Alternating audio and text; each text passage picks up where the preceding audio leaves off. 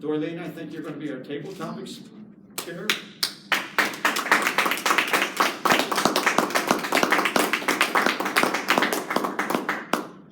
I thought I would go with the flow today. The word of the day is phenomenon, and so that inspired me for today's table topics. Today's table topics are going to focus on the word phenomenon as well as phenomenal. And so may I have some people please come forward? Brad.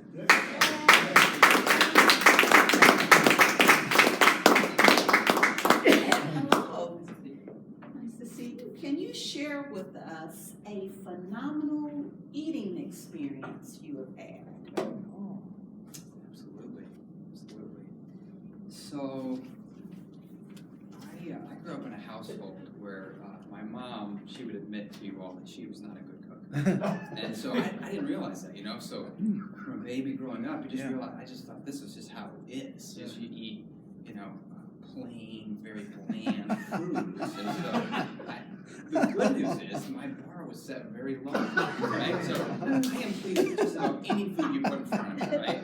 So until I was 18 and got out of the house, all of a sudden I was introduced to this whole new world of like other options. I got the couch, there's other flavors and things, and flavor in general is a new thing for me. So in my 20s, I went through a lot of hot sauce. I was put hot sauce on just about everything. I thought that was the solution because I inherited my mother's skills. So as I was cooking for myself, I would make bland foods and I was okay with that. But hot sauce solved everything. And then I got married, and I guess good for me, I married a woman who likes to cook, and she's very good at cooking, and she has high standards. And so now I eat great. Again, I was going to be pleased with anything, and she makes fantastic food all the time. So I'm a very lucky person. The only bad news about that is she does have high standards and high expectations, and when the once a month needs to be that I'm home and I need to make a meal, I can only disappoint her. Here, how about this? And she is not impressed. So that's the only downside. But generally speaking, I'm a lucky man. Life is about expectations, and if you get used to a certain standard that's fairly low, everything else is great.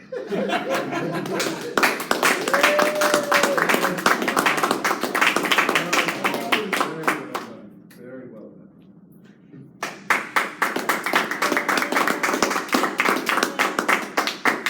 Share with us a phenomenal concert that you've attended. Phenomenal concert that I attended. I was reminded of it yesterday on Facebook when for some reason a good friend of mine in Michigan posted a song by Journey and said, "You must be feeling this today," and all of a sudden I was. I remember going to see Journey at Cobo Hall when I was married to my first husband, so it had to be the 70s. And I remember seeing Steve Perry falling in love. I'm still in love with Steve Perry. Too bad. I can be in love with many people. I get it. Steve Perry sang to my heart that night, and I was not so much in love with my husband at the moment, so it was a very inspiring concert. Later, the year that Elvis died, whatever that was. 77? Thank you. 76. I went to work at Recordland in the Westwood Mall in Jackson, Michigan. The day after Elvis died, guess whose records we sold? Yeah. But Journey had a new album that came out, and I just sang it all the time, walked around the store, singing at the top of my lungs, and being in love with Steve Perry. So thank you for reminding me about that today.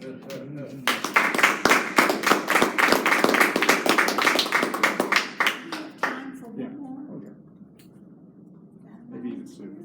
Oh, even two.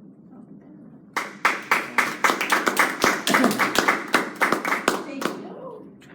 Please share with us a phenomenal vacation that you've had. The most phenomenal vacation I had to do with my cousin. A couple years ago, I was dating a man, and kind of unexpectedly, we went to Paris for 8 days in the fall, and it was really fun.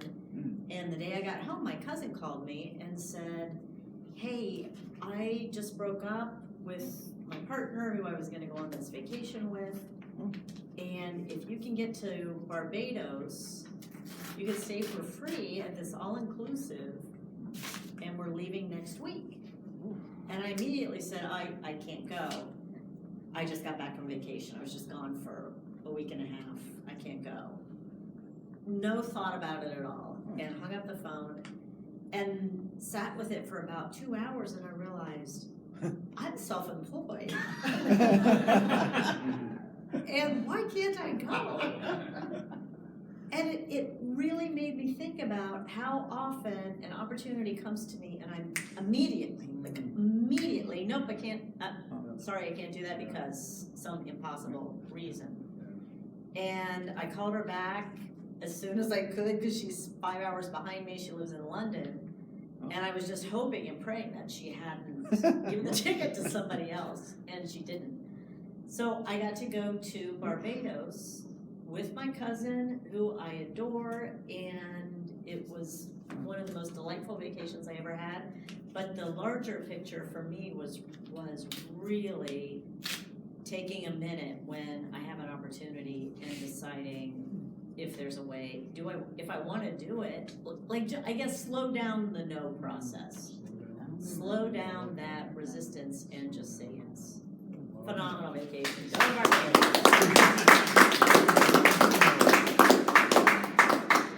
We have one more. One more. Going once. Going twice. Thank you for today's table talk.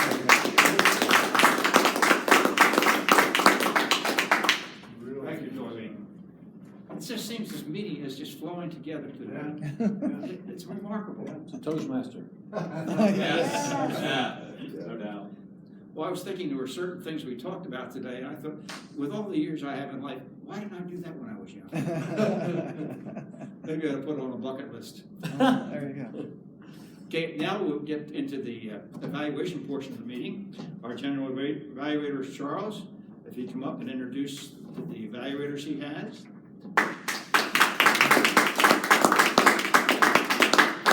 He will be in charge of almost the remainder of the meeting. And I will call you back up when I'm finished. Okay. First, I'd like to call on Tracy, who will give us his evaluation of Brandon.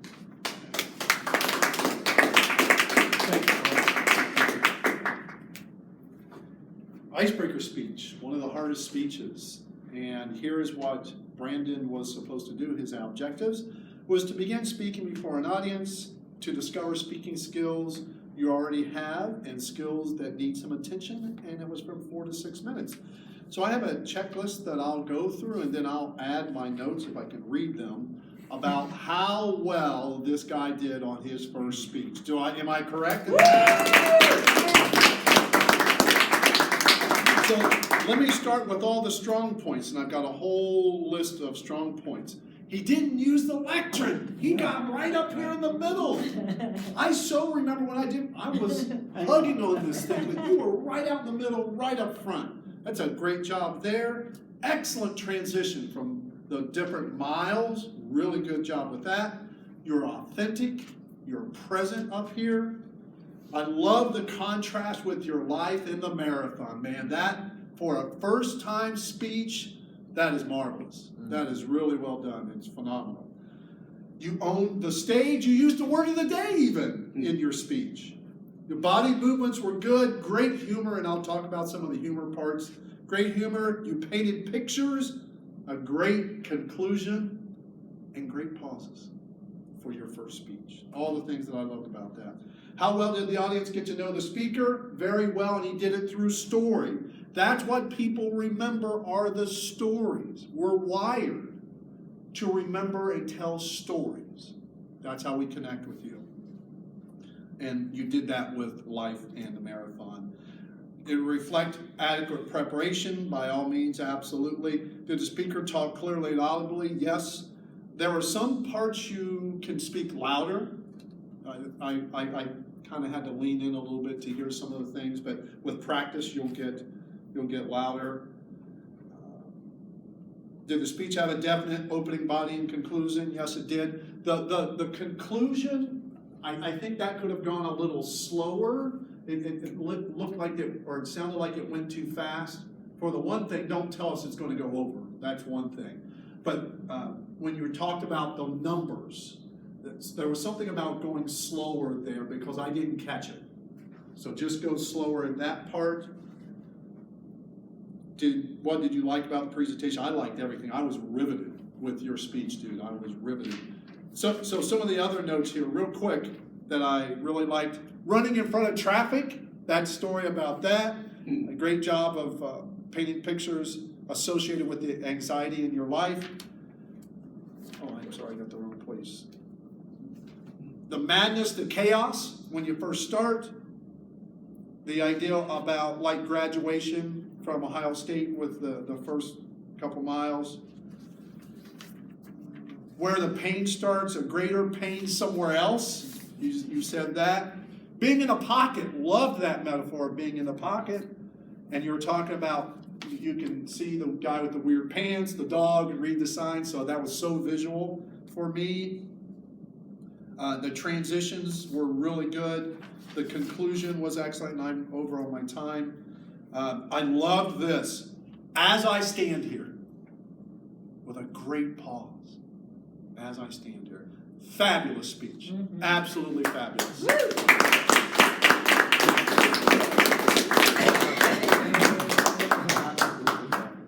Thank you, Tracy. Now I'd like to call on Dr. Mike Brickey, who will evaluate John's speech.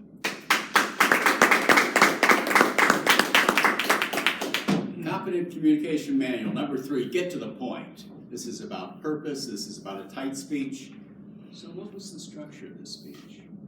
Well, John waded into personal examples of going with the flow, and then he gave us the test, the restaurant test, and the don't talk in the car test, and he periodically sprinkled in some benefits. Namely, that you'll get more in your box, you'll be happier, life will be nicer.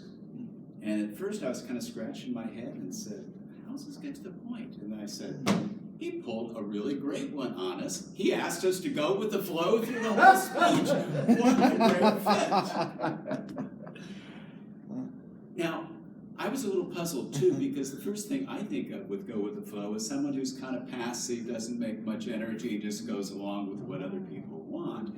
And so it took me a while to realize, no, John's talking about a co-creative process, one that is about energy fields, about harmony, about active listening.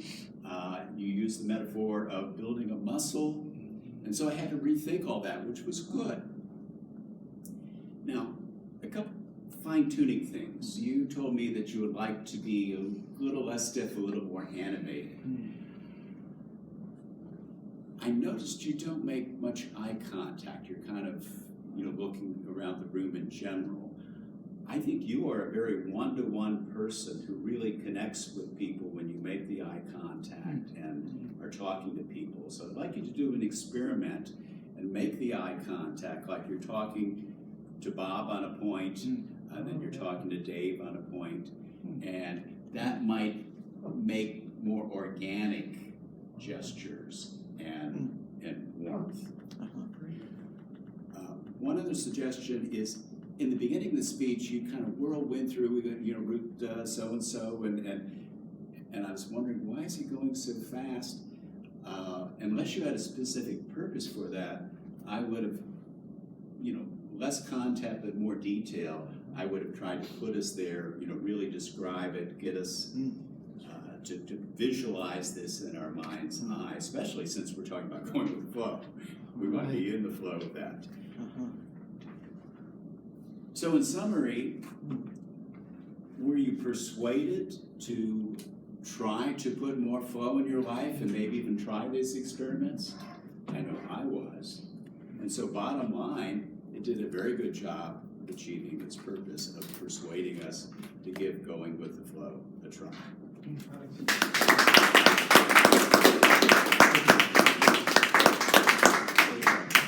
Now I'd like to call on Karen, who will give us her evaluation of Mike.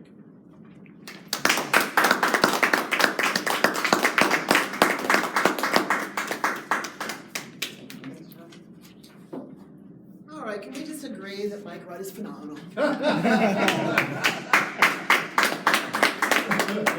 All right.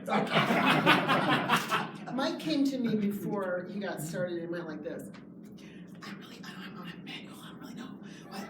So what he decided was, we're going to evaluate him on the inspirational speech at the end of the competent communicator. And I kind of thought, all right, you're going to be inspirational. Like, you're not always inspirational. Mike jumped right in and got us all, I don't know about anybody else, but I was pretty stressed out when he was talking about being stressed out and said something like, well, you're really stressed out. And then I went, oh. And then he slowed down. And then you slowed us down and began to talk about vision and vision from outside the box rather than trying to live from inside the box. And that gave me a really clear insight that you're doing this in your life, that you're living this way. So from an inspirational point of view, this was a fabulous speech from convincing us, inspiring us. Anybody in the room not feel inspired to go with the flow today? See? I'm going with the flow. The thing that I found most interesting is that you probably haven't looked at the competent communicator manual. Mike hasn't looked at it in a pretty long time. And the three things that you were supposed to do was use stories, anecdotes, and quotes to add drama. You did all those things. However, one thing to remember, when I'm evaluating you, use someone else's quote, not Tracy's.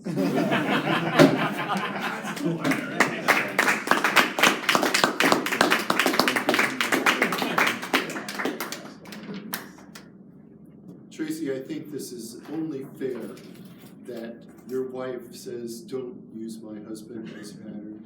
It's kind of like, why don't you love my lectern? I love my lectern. Takes all kinds, right? Now I'd like to call on, let's see, who gets to go next? I'd like to call on Robin to give us her grammarian's report. Robin? The subtext for this meeting today was the so meeting. Maybe I introduced that notion to you when I said I'm going to be watching for the word so, because it was predominant. Be very aware of that. So we hear it in the news a lot. Every reporter starts their report with so, blah, blah, blah. Let's clean that up.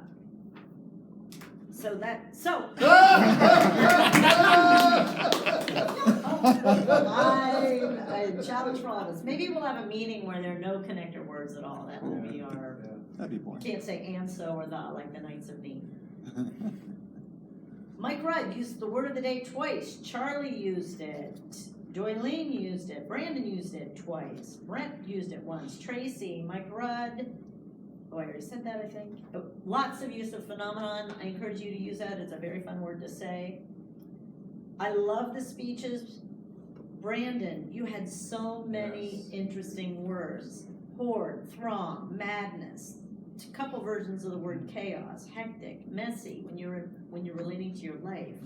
Hiccups, moreover, perseverance, saturated with sweat and pain. Be in the moment.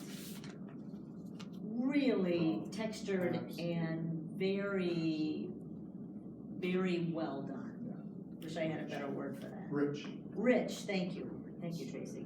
Mike, vision, frazzled, stressed out, maniac, rebounding.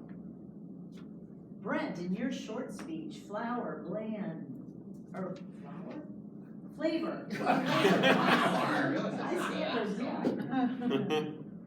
Lots and lots of good use of the English language. Mike Rudd, harmony, active listening. Or no, that was Mike Ricky. Tracy, you were channeling Glenn today. I don't know what was getting into you. You said so. Oh, Well, lots of stagger speech. Thank you. Lots of staggering speech. Thank you. Other than that, Bob Donnelly was totally clean. Charlie was clean. Karen was clean. Very well done. Back to you, Charles.